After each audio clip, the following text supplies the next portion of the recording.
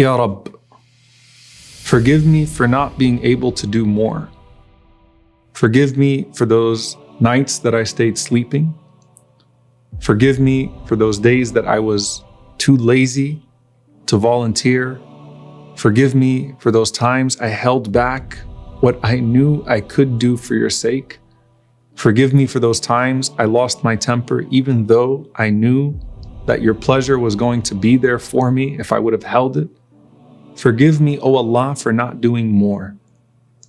SubhanAllah, one of the things that happens when you connect to Allah subhanahu wa ta'ala, the way that you do in these intense seasons, is that the relationship becomes more personal.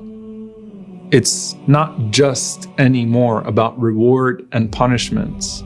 It's a connection to Allah subhanahu wa ta'ala himself.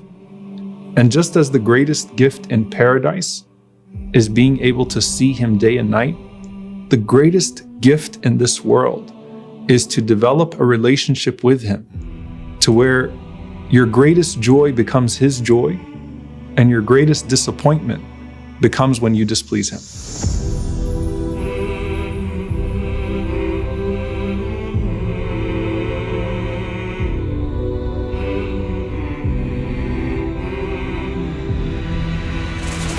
Abu Darda radiyallahu ta'ala anhu, when he was passing away, he said, if there were three things not in this dunya, I wouldn't have been able to live in this world.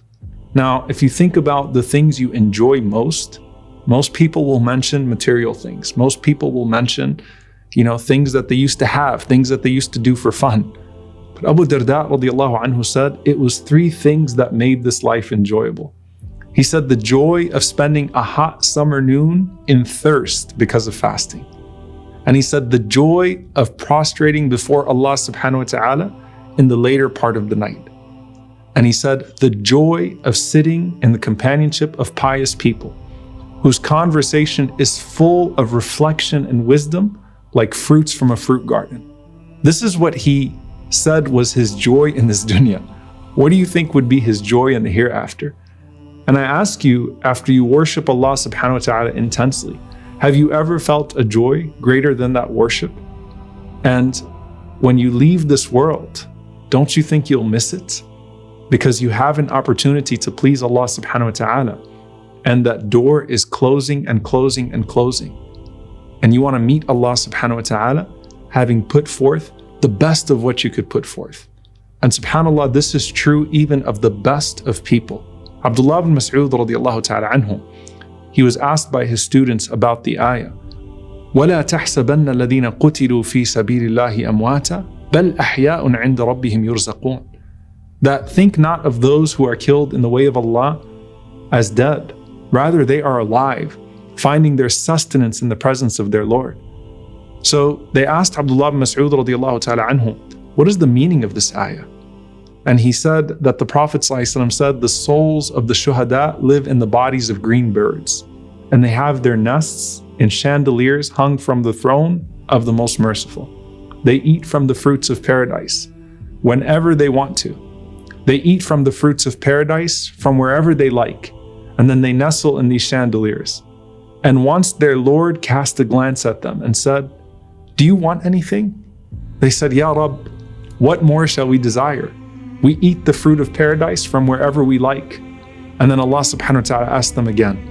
And when they saw that Allah was persistent in asking them, do you want anything? They said, Ya Rabb, we wish that you could return our souls to our bodies so that we could be slain in your way again and again and again. And when Allah subhanahu wa ta'ala saw that they had no need beyond that, Allah azza wa jalla left them to their joy in heaven. The Prophet ﷺ said, no one who enters paradise would love to return to this world, even if he could have everything on earth. Nothing would make you want to come back from this world. Nothing that could be possessed would make you want to come back.